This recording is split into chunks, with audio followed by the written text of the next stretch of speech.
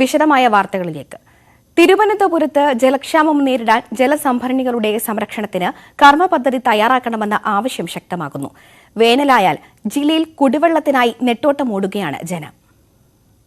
മാലിന്യവും എക്കലും ചെളിയും നിറഞ്ഞ് അരുവിക്കര നെയ്യാർ ഡാമുകളുടെ സംഭരണശേഷി കുറഞ്ഞിരുന്നു. ഇതോടെ തലസ്ഥാന ജില്ലയിലെ വിവിധയിടങ്ങൾ ജലക്ഷാമത്തിന്റെ പിടിയിലുമായി. അടിഞ്ഞുകൂടി കിടക്കുന്ന മാലിന്യം നീക്കം ചെയ്താൽ സംഭരണശേഷി കൂടുന്നതിനൊപ്പം മഴക്കാലത്തുണ്ടാകുന്ന കൃഷിനാശം അടക്കം ചെറുക്കാനും കഴിയും. തലസ്ഥാന നഗരത്തിലും ചുറ്റുമുള്ള പഞ്ചായത്ത് പ്രദേശങ്ങളിലും ശുദ്ധജലം എത്തിക്കുന്നത് അരുവിക്കര ഡാമിൽ നിന്നാണ്.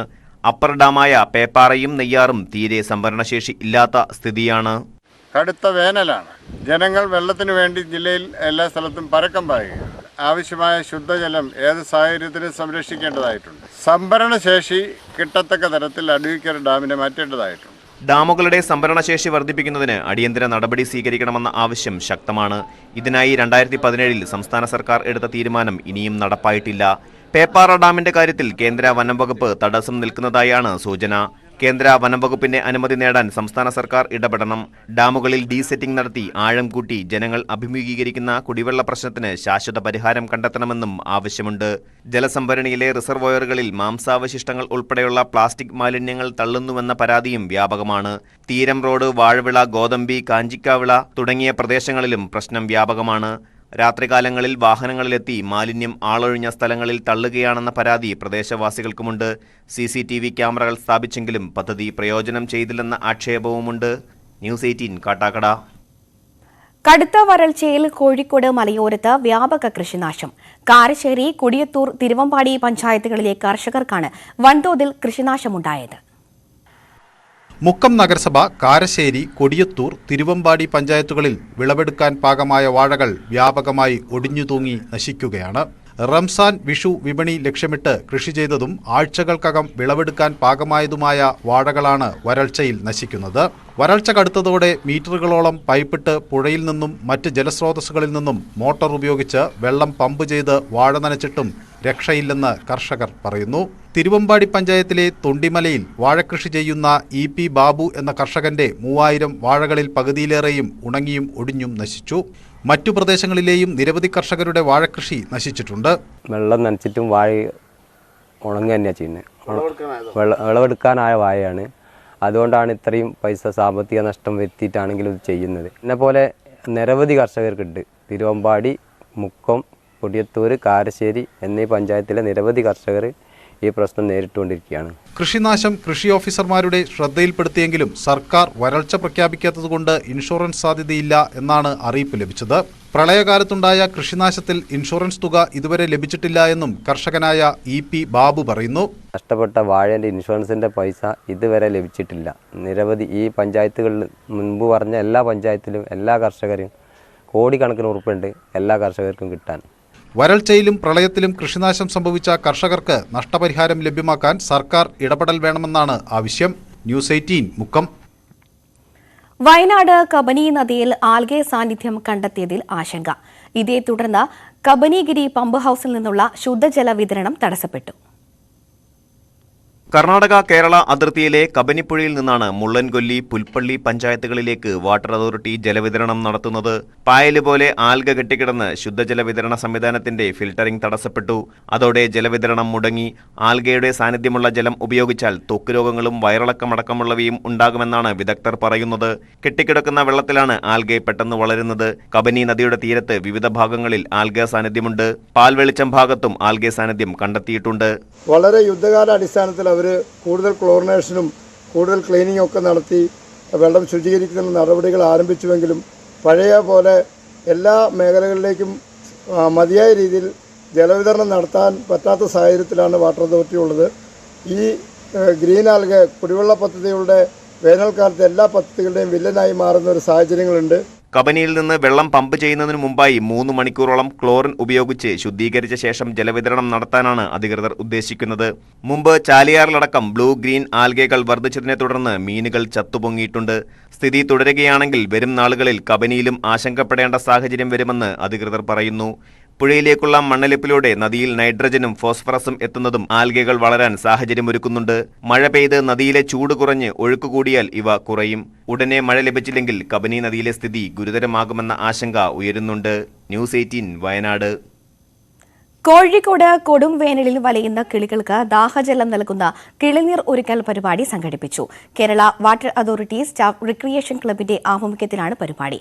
ഉത്തരമേഖല ചീഫ് എഞ്ചിനീയർ ഓഫീസ് പരിസരത്തും PH ഡിവിഷൻ ഓഫീസ് പരിസരത്തും വിവിധയിടങ്ങളിലും കിളിനീർ ഒരുക്കി.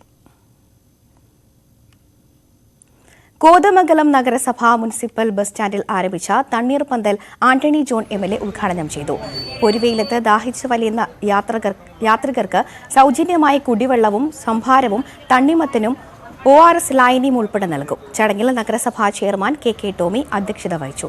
Vice chairperson Sindhu Ganesan, KA Noushad, KV Thomas, Binsy Thankachan, Ramya Vinod, Sijo Varghese തുടങ്ങിയവർ പ്രസംഗിച്ചു.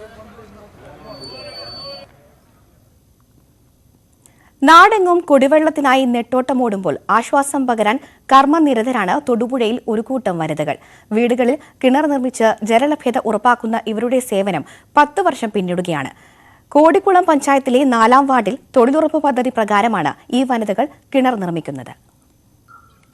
കോടിക്കുളം പഞ്ചായത്തിലെ കൊടിവേലിയിൽ ഇവർ നിർമ്മിച്ചത് 42 കിണറുകളാണ്.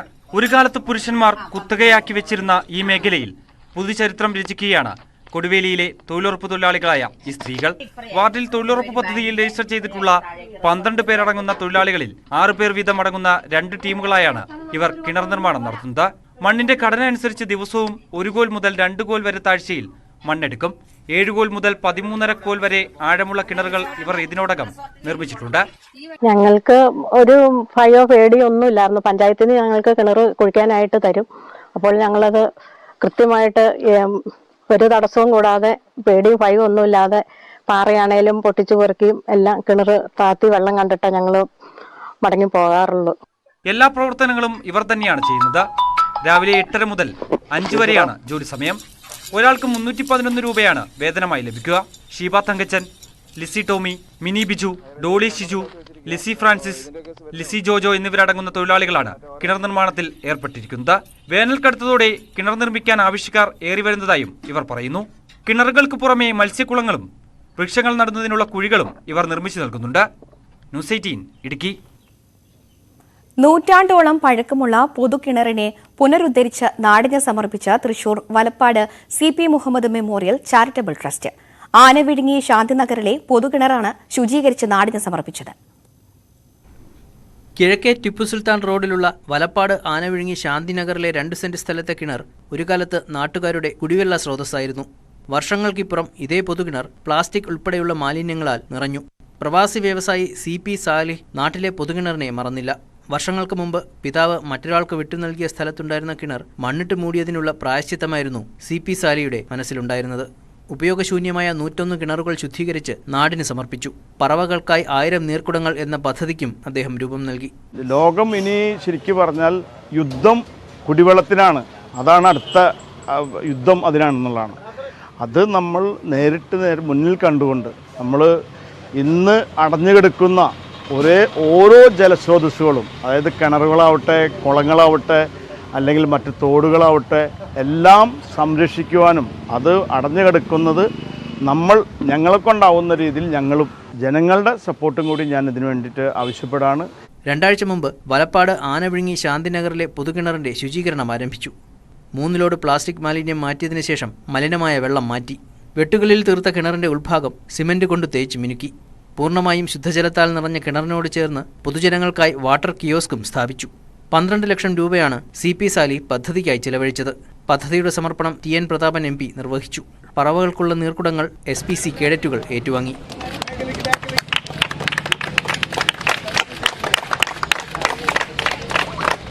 ഇവിടെ വന്നപ്പോഴാണ് വലപ്പാട് സ്കൂളിൽ നിന്ന് വന്ന പോലീസ് സ്റ്റുഡന്റ് കേഡറ്റുകളായിട്ടുള്ള SPCയുടെ കുട്ടികൾ ടീച്ചറും വലപ്പാട് സ്കൂളിലെ കിണർ ഇതേപോലെ ഉപയോഗശൂന്യമായി കിടക്കുകയാണെന്ന് പറഞ്ഞു. ഇപ്പൊ തന്നെ CP സാലി പറഞ്ഞു, ഇന്ന് തന്നെ അത് പ്രഖ്യാപിച്ചോളം പറഞ്ഞു, നാളെ തന്നെ അതിന്റെ പണി തുടങ്ങുമെന്നാണ് CP പറഞ്ഞത്. CC മുകുന്ദൻ MLA അധ്യക്ഷനായ ചടങ്ങിൽ Valappad grama panchayat president Shinitha Ashiq, vice president VR Ajith, CP Sali, സഹോദരൻ CP അബൂബക്കർ, നൌഷാദ് ആറ്റുപറമ്പത്ത്, വിവിധ രാഷ്ട്രീയ കക്ഷി പ്രതിനിധികൾ, വലപ്പാട് ബീച്ച്, കൊടിയമ്പുഴ ദേവസ്വം ഭാരവാഹികൾ ഉൾപ്പെടെയുള്ളവർ ചടങ്ങിൽ സംബന്ധിച്ചു. ന്യൂസ് 18 തൃശൂർ. കോഴിക്കോട് വിലങ്ങാട് മലയോരത്ത് പുലിപ്പേടി. 9 ആടുകളെ കാണാതായി. ഇതോടെ നാട്ടുകാർ ഭീതിയിലാണ്. നരിപ്പറ്റ പഞ്ചായത്തിലെ 3-ാം വാർഡിലെ വടക്കേ വായാട് മേഖലയിലാണ് പുലിപ്പേടി. വയനാടൻ കാടുകളോട് ചേർന്ന് പേരിയ റിസർവ് വനത്തിന് സമീപ പ്രദേശമാണ് വായാട്. തയ്യിൽ തങ്കച്ചന്റെ ആടുകളെയാണ് കഴിഞ്ഞ ദിവസങ്ങളിൽ കാണാതായത്. 5 മാസം പ്രായമായ 8 ആടുകളെയും ഗർഭിണിയായ മറ്റൊരാടിനെയുമാണ് 2 ആഴ്ചക്കിടെ പല ദിവസങ്ങളിലായി കാണാതായത്. 1 ലക്ഷം രൂപയുടെ നഷ്ടം സംഭവിച്ചതായി തങ്കച്ചൻ പറയുന്നു. ഇതിനു പിന്നാലെയാണ് പ്രദേശത്തെ ടാപ്പിംഗ് തൊഴിലാളികൾ പുലിയെ കണ്ടതായി പറയുന്നത്. 2 ദിവസം മുമ്പ് പ്രദേശത്ത് പുലിയെ കണ്ടതായി പ്രദേശവാസിയായ വീട്ടമ്മ പറയുന്നു.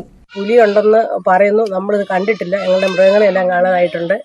പിന്നെ ഞരങ്ങുന്ന മൂടുന്നൊക്കെ സൗണ്ട് കേൾക്കുന്നുണ്ടെന്നും പിന്നെ അടുത്ത വീട്ടിലെ ഒരു സ്ത്രീ എന്നെ കണ്ടതായിട്ടും പറയുന്നു. അത്രയും നമുക്ക് ഇതിനെപ്പറ്റി അറിയത്തുള്ളൂ. നേരത്തെ മേഖലയിൽ കുരങ്ങ് ശല്യം രൂക്ഷമായിരുന്നു. അജ്ഞാത ജീവിയുടെ സാന്നിധ്യം സ്ഥിരീകരിച്ചതോടെ കുരങ്ങുകളെ കാണാതായെന്നും ഇവർ പറയുന്നു. മേഖലയിൽ ഇതിനു മുൻപ് പുലി സാന്നിധ്യം വനംവകുപ്പ് അധികൃതർ സ്ഥിരീകരിച്ചിരുന്നു. ആട്ടിൻകുട്ടികളെ നഷ്ടപ്പെട്ട കാര്യം വനംവകുപ്പ് അധികൃതരെ അറിയിച്ചിട്ടും അവഗണനയാണെന്ന് നാട്ടുകാർ പറയുന്നു. ന്യൂസ് 18 വിലങ്ങാട്. കോട്ടയം കാഞ്ഞിരപ്പള്ളി ബ്ലോക്ക് പഞ്ചായത്തും ഗ്രാമപഞ്ചായത്തും സംയുക്തമായി പണി കഴിപ്പിച്ച അഞ്ചിലിപ്പ സാംസ്കാരിക നിലയം നാളെ ഉദ്ഘാടനം ചെയ്യും. രാവിലെ 11:30 മന്ത്രി റോഷി അഗസ്റ്റിൻ ഉദ്ഘാടനം നിർവഹിക്കും. ചടങ്ങിൽ chief whip doctor N Jayaraj അധ്യക്ഷത വഹിക്കും. ബ്ലോക്ക് പഞ്ചായത്ത് 11 ലക്ഷവും ഗ്രാമപഞ്ചായത്തിന്റെ 9 ലക്ഷവും മുടക്കിയാണ് സാംസ്കാരിക നിലയം പണി കഴിപ്പിച്ചത്. അർഹതപ്പെട്ട കലാകാരന്മാരെ കണ്ടെത്തി എല്ലാവിധ സഹായവും ചെയ്യാൻ കേരള സംഗീത നാടക അക്കാദമി ബാധ്യസ്ഥമാണെന്ന് ചെയർമാൻ മട്ടന്നൂർ ശങ്കരൻകുട്ടി. വടകരയിൽ വി.ടി. മുരളിയുടെ പുസ്തകം പ്രകാശനം ചെയ്ത് സംസാരിക്കുകയായിരുന്നു അദ്ദേഹം. സംഗീതജ്ഞൻ വിദ്യാധരൻ മാസ്റ്റർ പുസ്തകം ഏറ്റുവാങ്ങി. ചരിത്രകാരൻ പി. ഹരീന്ദ്രനാഥ് അധ്യക്ഷത വഹിച്ചു. കരിവള്ളൂർ മുരളി മുഖ്യപ്രഭാഷണം നടത്തി. കെ.ടി. ദിനേശ് പുസ്തകം പരിചയപ്പെടുത്തി. നഗരസഭ അധ്യക്ഷ കെ.പി. ബിന്ദു, രമേശൻ പാലേരി, ഇ.വി. വത്സൻ, കെ.വി. സജയ് തുടങ്ങിയവർ പങ്കെടുത്തു. അർഹതപ്പെട്ട കലാകാരന്മാരെ കണ്ടെത്തി എല്ലാവിധ സഹായങ്ങളും ചെയ്യാൻ ഞങ്ങൾ ബാധ്യസ്ഥരാണ് എന്ന തിരിച്ചറിവ് ഞങ്ങൾക്കുണ്ട്. അത് കൃത്യമായും നടക്കാനുള്ള പ്രാർത്ഥനയും ഇഷ്ടവും നിങ്ങൾ കൂടി നൽകണം. ഈ പുസ്തകത്തിൻ്റെ വിഷയവും സംഗീതവും സംസ്കാരവും അതുപോലുള്ള വിഷയങ്ങൾ തന്നെയാണ്. ഇതിലെ ഏറ്റവും വലിയ പ്രത്യേകത സംഗീത നാടക അക്കാദമിയാണ് പ്രസിദ്ധീകരിക്കുന്നത് എന്നുള്ളതാണ്. അതുകൊണ്ട് വളരെ വലിയ അഭിമാനകരമായി ഞാൻ കണക്കാക്കുന്നു. നവമാധ്യമങ്ങളിൽ തരംഗമായി കോഴിക്കോട് വളയം UP സ്കൂളിൽ തയ്യാറാക്കിയ ഹ്രസ്വചിത്രം ജില്ലാ ഭരണകൂടത്തിന്റെ കിളികളും കൂളാവട്ടെ എന്ന ചലഞ്ചിനെ ആസ്പദമാക്കിയാണ് ചിത്രം തയ്യാറാക്കിയത്.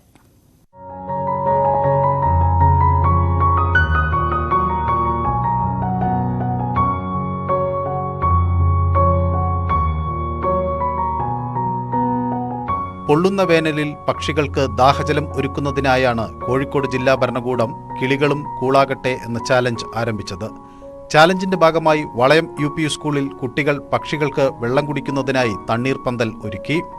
തണ്ണീർപന്തലിന്റെ ഫോട്ടോ എടുക്കുന്നതിനിടയിൽ സ്കൂളിലെ അധ്യാപകനായ അക്ഷയാണ് വീഡിയോ തയ്യാറാക്കിയത്. പിന്നീട് എഡിറ്റ് ചെയ്ത് സാമൂഹ്യ മാധ്യമങ്ങളിൽ ഷെയർ ചെയ്തു. 2B ക്ലാസ്സിലെ വിദ്യാർത്ഥികൾക്കൊപ്പം പ്രധാന അധ്യാപിക അനിലയാണ് ചിത്രത്തിലുള്ളത്.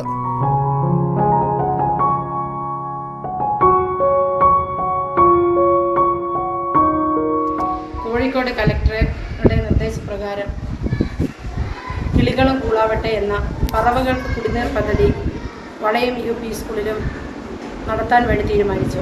അതിൻ്റെ ചുമതല അധ്യാപകനായ അക്ഷയ് രവീന്ദ്രനെ ഏൽപ്പിക്കുകയും സഹപ്രവർത്തകരുടെ കൂട്ടായ പരിശ്രമം കൊണ്ട് അത് വൻ വിജയമാക്കി തീർക്കാനും കഴിഞ്ഞു. കലക്ടറുടെ പ്രത്യേക അഭിനന്ദനത്തിന് വഴിയൊരുക്കിയിട്ടുണ്ട്. കോഴിക്കോട് കലക്ടറുടെ പേജിലും ചിത്രം ഷെയർ ചെയ്തതോടെ കുട്ടികളും അധ്യാപകരും നാട്ടിലെ താരങ്ങളായി. ചുരുങ്ങിയ ദിവസത്തിനുള്ളിൽ ഷോർട്ട് ഫിലിം നവമാധ്യമങ്ങളിൽ തരംഗമായതിന്റെ സന്തോഷത്തിലാണ് സ്കൂളിലുള്ളവർ.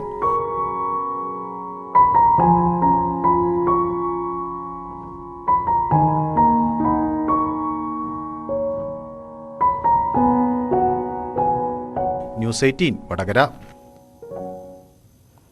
Kerala state Bharat scout and guides Kottayam Kanjirappally local അസോസിയേഷന്റെ നേതൃത്വത്തിൽ സ്നേഹഭവനം പൂർത്തിയായി. നിർധന വിദ്യാർത്ഥികൾക്ക് തലചായ്ക്കാൻ ഒരിടം എന്ന ലക്ഷ്യത്തിനു വേണ്ടിയാണ് പദ്ധതി നടപ്പാക്കുന്നത്.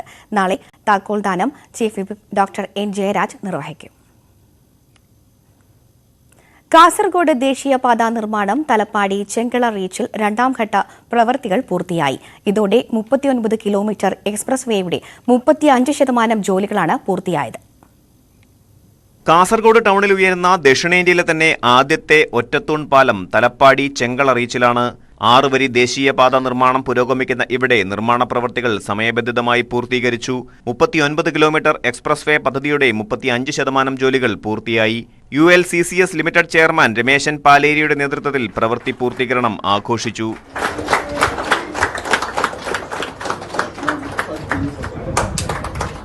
കണ്ണൂരിലെ പ്രോജക്ട് ഇംപ്ലിമെന്റേഷൻ യൂണിറ്റിന് കീഴിലുള്ള 4 പാക്കേജുകളിൽ 1ാം ഘട്ടം പൂർത്തിയാക്കിയ ആദ്യ കൺസെഷണറിയാണ് ULCCS ലിമിറ്റഡ്. ഏറ്റെടുത്ത ആദ്യത്തെ ഹൈബ്രിഡ് അന്വിറ്റി മോഡ് പ്രോജക്റ്റിലെ പ്രവൃത്തി തന്നെ സമയബന്ധിതമായി പൂർത്തിയാക്കിയത് കമ്പനിക്കും നേട്ടമായി. കാസർഗോഡിന്റെ മുഴുവൻ ജനങ്ങളുടെയും അതോടൊപ്പം തന്നെ ജനപ്രതിനിധികളായ MLAമാർ, MP മാർ, ജനപ്രതിനിധികൾ എല്ലാവരുടെയും അകമഴിഞ്ഞ സഹകരണം നമുക്ക് ഈ പ്രവൃത്തിയുടെ പൂർത്തീകരണത്തിന് സഹായമായിട്ടുണ്ട്. അതോടൊപ്പം നമ്മളുടെ 1000-ഓളം വരുന്ന തൊഴിലാളികളുടെ ദൈനംദിനമായുള്ള ഇടപെടലുകളും പ്രവൃത്തികളുമാണ് ഈ പൂർത്തീകരണത്തിന് നമ്മളെ സഹായിച്ചിരിക്കുന്നത്. 1.25 കിലോമീറ്ററോളം നീളത്തിലും 27 മീറ്റർ വീതിയിലും നിർമ്മിക്കുന്ന പാലത്തിന്റെ പ്രവൃത്തിയും അതിവേഗം പുരോഗമിക്കുകയാണ്. ന്യൂസ് 18 കാസർഗോഡ്. കോഴിക്കോട് മുക്കത്ത് ലോക ക്ഷയരോഗ ദിനാചരണം സംഘടിപ്പിച്ചു. മുക്കം കമ്മ്യൂണിറ്റി ഹെൽത്ത് സെന്ററിലാണ് പരിപാടി സംഘടിപ്പിച്ചത്. ക്ഷയരോഗ ദിനാചരണം മുക്കം നഗരസഭാ ഡെപ്യൂട്ടി ചെയർപേഴ്സൺ അഡ്വക്കേറ്റ് ചാന്ദിനി ഉദ്ഘാടനം ചെയ്തു. പരിപാടിയുടെ ഭാഗമായി ബോധവൽക്കരണ റാലി, വിദ്യാർത്ഥികളുടെ ഫ്ളാഷ് മോബ്, പോസ്റ്റർ പ്രദർശനം തുടങ്ങിയവ നടന്നു. ചടങ്ങിൽ ആരോഗ്യ standing committee chairperson Prajitha Pradeep അധ്യക്ഷത വഹിച്ചു.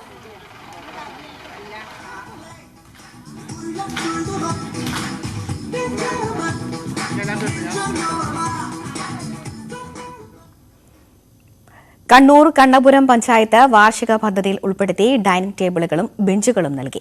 ചെറുകുന്ന സൌത്ത് LP സ്കൂളിനാണ് ഇവ നൽകിയത്. കണ്ണപുരം പഞ്ചായത്ത് പ്രസിഡന്റ് K രതി ഉദ്ഘാടനം ചെയ്തു. വൈസ് പ്രസിഡന്റ് M ഗണേശൻ അധ്യക്ഷനായി.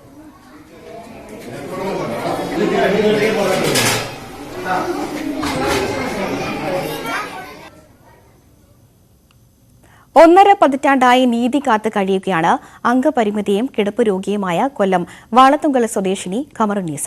അയൽവാസിയുടെ തെങ്ങ് വീടിന് മുകളിലേക്ക് മറിഞ്ഞു വീണതോടെയാണ് ഖമറുന്നീസ തീർത്തും കിടപ്പിലായത്. ലീഗൽ സർവീസസ് അതോറിറ്റി മുഖാന്തരം മുൻസിഫ് കോടതിയിൽ ഫയൽ ചെയ്ത കേസാവട്ടെ ഇതുവരെ എങ്ങുമെത്തിയില്ല.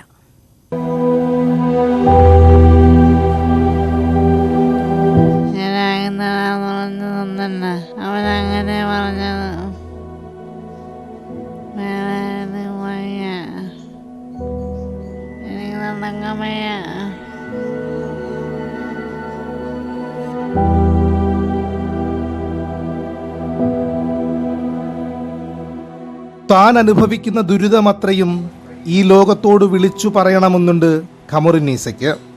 വാക്കുകൾ എത്ര പെറുക്കിയെടുത്തുച്ചരിക്കാൻ ശ്രമിച്ചാലും അതൊക്കെയും അവ്യക്തമായ ശബ്ദം മാത്രമാകും. അംഗപരിമിതയെങ്കിലും സഞ്ചരിക്കാനാവുമായിരുന്നു ഖമറുന്നീസയ്ക്ക്. 2007 ജൂണിൽ അയൽവാസിയുടെ തെങ്ങ് ഇവരുടെ പുരപ്പുറത്തേക്ക് വീണതോടെയാണ് ഖമറുന്നീസ ഈ വിധമായത്. പരാതി കൊടുത്തതിൻ്റെ പേരിൽ അയൽവാസിയും ബന്ധുക്കളും ചേർന്ന് വീടു കയറി ആക്രമിച്ചു. നമുക്ക് ജീവിക്കാൻ തരവില്ല. ഞങ്ങൾ അവിടുന്ന് ഏത് സമയം അടിച്ച് തകർക്കാനുള്ള ശ്രമങ്ങളെ ഒരു ചുറ്റുപാടും അയൽവാസികൾ എല്ലാം കൂടി ചേർന്നുകൊണ്ട് ഈ പ്രതികൾ 5 പേരും കൂടി ഞങ്ങൾക്ക് ദ്രോഹങ്ങൾ ചെയ്തുകൊണ്ടിരിക്കുകയാണ്.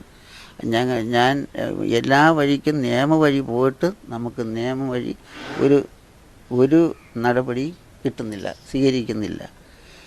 എല്ലാ തെളിവുകളും പേപ്പറുകളും കോടതി വഴി എല്ലാം ഉണ്ട്. ഇത്തരം ഒരു പ്രശ്നങ്ങളാണ്. എൻ്റെ സുഖമില്ലാത്ത ഈ പെണ്ണിന് എന്നെ പുറത്തോട്ട് വിടാൻ പറ്റാത്ത അവസ്ഥയിലാണ്. നമുക്ക് ഭയം ഉണ്ടാകുകയാണ്. എന്നെ അടിച്ചു കൊല്ലുമെന്നുള്ള വെച്ചിൽ ഇവർ ഈ പ്രതികൾ ശ്രമിച്ചുകൊണ്ടിരിക്കുകയാണ്. അപകടകരമായ രീതിയിൽ ചാഞ്ഞു നിൽക്കുന്ന തെങ്ങ് മുറിച്ചു മാറ്റണമെന്ന് അയൽവാസിയോട് പല പ്രാവശ്യം ആവശ്യപ്പെട്ടെങ്കിലും അവർ തയ്യാറായില്ല. ഇരവിപുരം വില്ലേജ് ഓഫീസിലും കോർപ്പറേഷനിലും പരാതി കൊടുത്തെങ്കിലും ഫലമുണ്ടായില്ല. തെങ്ങ് വീണതിന് ശേഷം ലീഗൽ സർവീസ് അതോറിറ്റി വഴി മുൻസിഫ് കോടതിയെ സമീപിച്ചെങ്കിലും നീതി ഇപ്പോഴും അകലെയാണ്. ഏതു നിമിഷവും നിലംപൊത്താവുന്ന വീട്ടിൽ മരണഭയത്തോടെയാണ് ഇവരുടെ ജീവിതം. ന്യൂസ് 18 കൊല്ലം.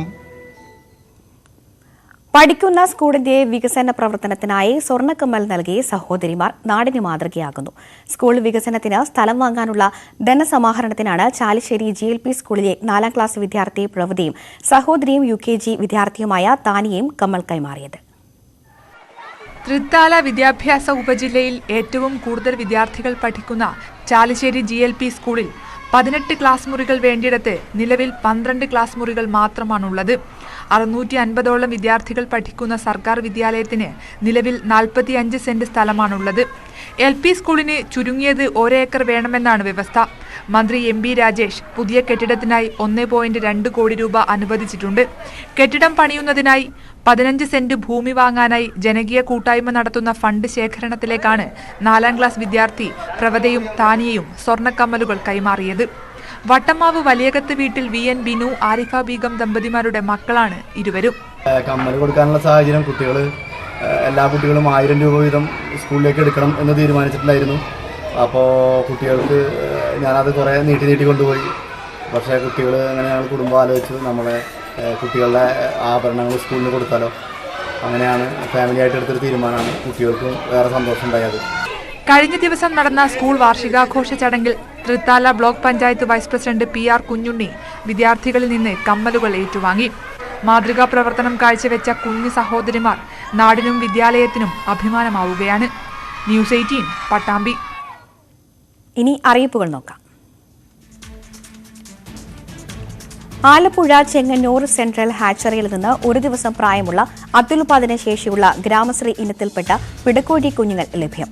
പിടയ്ക്ക് 25 രൂപ നിരക്കിലും പൂവൻ കോഴിക്ക് 5 രൂപ നിരക്കിലും ലഭിക്കും. ചൊവ്വ വെള്ളി ദിവസങ്ങളിൽ കോഴികളെ ലഭ്യമാകും.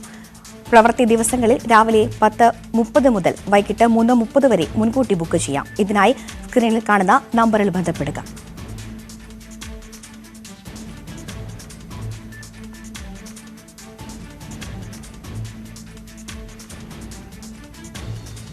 Thiruvananthapuram Kudappanakunnu multi speciality veterinary ആശുപത്രിയിൽ നിന്ന് വെറ്ററിനറി ആംബുലൻസ് സേവനം ലഭ്യമാണ്. രാവിലെ 10 മുതൽ 5 വരെ സേവനം ലഭ്യമാക്കും.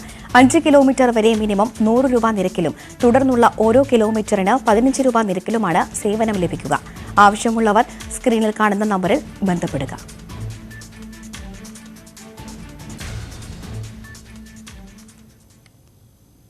കാസർഗോഡ് കോടോത്ത് 1800-ലധികം വർഷം പഴക്കമുള്ള ചെങ്കല്ലറ കണ്ടെത്തി. കോടോത്ത് ഭഗവതി ക്ഷേത്രത്തിന്റെ സമീപത്തെ പറമ്പ് വൃത്തിയാക്കുന്നതിനിടെയാണ് മഹാശിലായുഗത്തിന്റെ ശേഷിപ്പുകളായ ചെങ്കല്ലറ കണ്ടെത്തിയത്. ഒരു നൂറ്റാണ്ട് പഴക്കമുള്ള ദാരുശില്പങ്ങൾ കൊണ്ട് പ്രശസ്തമായ കോടോത്ത് ഭഗവതി ക്ഷേത്രത്തിന് സമീപത്താണ് നൂറ്റാണ്ടുകൾ പഴക്കമുള്ള ചെങ്കല്ലറ കണ്ടെത്തിയത്. ചെങ്കൽപ്പാറ തുറന്ന് നിർമ്മിച്ച ഇവയുടെ ഒരു ഭാഗത്ത് പടികളും 3 തട്ടുകളായി കൊത്തിയെടുത്ത കവാടവുമുണ്ട്. മുകൾ ഭാഗത്ത് വൃത്താകൃതിയിൽ അടച്ചുവെക്കാനാകുന്ന വിധത്തിൽ ഒരാൾക്ക് ഗുഹയിലേക്ക് ഉഴുന്നിറങ്ങാൻ പാകത്തിൽ ദ്വാരമുണ്ട്. മുനിയറ, നിധിക്കുഴി, പീരങ്കി ഗുഹ, കൽപ്പത്തായം, പാണ്ഡവ ഗുഹ, മുതലപ്പെട്ടി എന്നിങ്ങനെ പല പേരുകളിൽ പ്രാദേശികമായി വിളിക്കപ്പെടുന്നതാണ് ചെങ്കല്ലറ. പുതിയ ചെങ്കല്ലറയുടെ കണ്ടെത്തലോടെ കോടോത്ത് വിനോദസഞ്ചാര സാധ്യത ഏറുകയാണ്. 2000 വർഷം പഴക്കമുള്ള ഒരു ചെങ്കല്ലറയാണ് ഇവിടുത്തെ നാട്ടുകാർ കണ്ടെത്തിയിട്ടുള്ളത്. ഒരു കാലഘട്ടത്തിൻ്റെ ജനവാസത്തിൻ്റെ അടയാളപ്പെടുത്തലാണ് ചെങ്കല്ലറകൾ. കാസർഗോഡ് ജില്ലയിൽ പല ഭാഗത്തും കണ്ടെത്തിയ ചെങ്കല്ലറകൾ കൊടമ്പൂർ കണ്ടെത്തിയത് അപൂർവമായിട്ടാണ്. ഈ കണ്ടെത്തലോടുകൂടി കൊടമ്പൂർ പഞ്ചായത്തിൻ്റെ ചരിത്രം തന്നെ 2000 വർഷം പുറകോട്ടേക്ക് എത്തിക്കുവാൻ സാധിച്ചു വലിയൊരു കാര്യമായിട്ട് കരുതുന്നു. മണ്ണ് നിറഞ്ഞു കിടക്കുന്നതിനാൽ ചെങ്കല്ലറയുടെ ഉൾഭാഗത്തുള്ള വസ്തുക്കൾ ദൃശ്യമല്ല. നേരത്തെ ജില്ലയുടെ വിവിധ ഭാഗങ്ങളിൽ നിന്നായി ചെങ്കല്ലറകൾ കണ്ടെത്തിയിരുന്നു. ചെങ്കല്ലറ ഇരുമ്പുവേലി കെട്ടി സംരക്ഷിക്കാനാണ് ക്ഷേത്ര ഭാരവാഹികളുടെ തീരുമാനം. ന്യൂസ് 18 കാസർഗോഡ്. കൃഷ്ണഭക്തി ജീവിതവ്രതമാക്കിയിരിക്കുകയാണ് തൊടുപുഴ മണക്കാട് സ്വദേശിനി ലത സുരേഷ്. ഇതിനോടകം ലത 100 കണക്കിന് കൃഷ്ണ വിഗ്രഹങ്ങൾക്ക് നിറങ്ങളും അലങ്കാരങ്ങളും ചാർത്തി.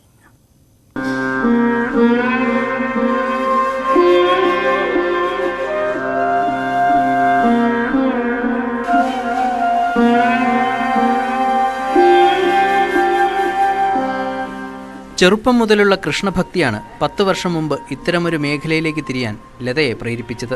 ആദ്യമൊക്കെ ചെറിയ വിഗ്രഹങ്ങളിൽ പെയിന്റിംഗ് മാത്രമാണ് ചെയ്തിരുന്നത്. ഇവ പലരുടെയും ശ്രദ്ധയിൽപ്പെട്ടതോടെ കൂടുതൽ ആളുകൾ കൃഷ്ണവിഗ്രഹങ്ങളുമായി ലതയുടെ അടുത്തെത്തി. വർഷങ്ങളായി വീട്ടിലെ പൂജാമുറിയിലും മറ്റും വെച്ചിരുന്നവയും കാലപ്പഴക്കത്താലും താഴെ വീണുമൊക്കെ കേടുപാട് പറ്റിയവയുമൊക്കെ ഇക്കൂട്ടത്തിലുണ്ടായിരുന്നു. ചിലതൊക്കെ പെയിന്റിങ്ങിന് പുറമെ വിവിധ നിറങ്ങളിലുള്ള സ്റ്റോൺ ഉൾപ്പെടെയുള്ളവ പതിപ്പിച്ച് ഭംഗിയാക്കി. ഭഗവാനോടുള്ള ഭക്തി കൊണ്ട് വെറുതെ ചെയ്തു തുടങ്ങിയത്, ഒരു ജോലിയായിട്ട് അല്ല ചെയ്തു തുടങ്ങിയത്. പക്ഷേ ഇപ്പം എൻ്റെ ഒരു ജീവിതത്തിൻ്റെ ഭാഗം എന്ന് പറഞ്ഞ കണക്കായി. വീടുകളിൽ നിന്ന് ലഭിക്കുന്നതിന് പുറമെ വ്യാപാര സ്ഥാപനങ്ങളിൽ നിന്നും ക്ഷേത്രങ്ങളിൽ നിന്നുമൊക്കെ വിഗ്രഹങ്ങൾ ലതയെ ഏൽപ്പിക്കാറുണ്ട്. എന്നാൽ വിഗ്രഹം മോടി പിടിപ്പിക്കുന്നതിന് നിശ്ചിത തുക വാങ്ങാറില്ല. ചിലർക്കൊക്കെ സൗജന്യമായും ഇത്തരത്തിൽ വിഗ്രഹം മോടി പിടിപ്പിച്ച് നൽകാറുണ്ട്. ഇതിനു പുറമെ വിവിധ ക്ഷേത്രങ്ങളിലേക്ക് വിഗ്രഹങ്ങൾ വാങ്ങി നൽകാറുണ്ടെന്നും ലത പറഞ്ഞു. ഭഗവാൻ മുഷിഞ്ഞിരിക്കണം കണ്ടു കഴിഞ്ഞാൽ എനിക്കത് ഭയങ്കര സങ്കടം. അപ്പോൾ എനിക്കത് ഭഗവാനെ സുന്ദരനാക്കണം. അപ്പോൾ അതിന് പൈസയൊന്നും നോക്കാറില്ല. ഇഷ്ടംപോലെ നല്ല ഒറിജിനൽ സാധനങ്ങൾ തന്നെ വാങ്ങിച്ചിട്ട് സമയമെടുത്ത് ഭംഗിയായിട്ട് ചെയ്തു കൊടുക്കും. ഓരോ വിഗ്രഹവും കയ്യിൽ കിട്ടിയാൽ പിന്നെ അതിൻ്റെ ജോലികൾ തീർക്കാതെ ലതയ്ക്ക് വിശ്രമമില്ല. ഭർത്താവ് സുരേഷ് ബാബുവിൻ്റെയും മക്കളായ ലക്ഷ്മിപ്രിയയുടെയും ഗോകുൽ കൃഷ്ണയുടെയും എല്ലാവിധ പിന്തുണയും ഇവർക്കുണ്ട്. ന്യൂസ് 18 തൊടുപുഴ.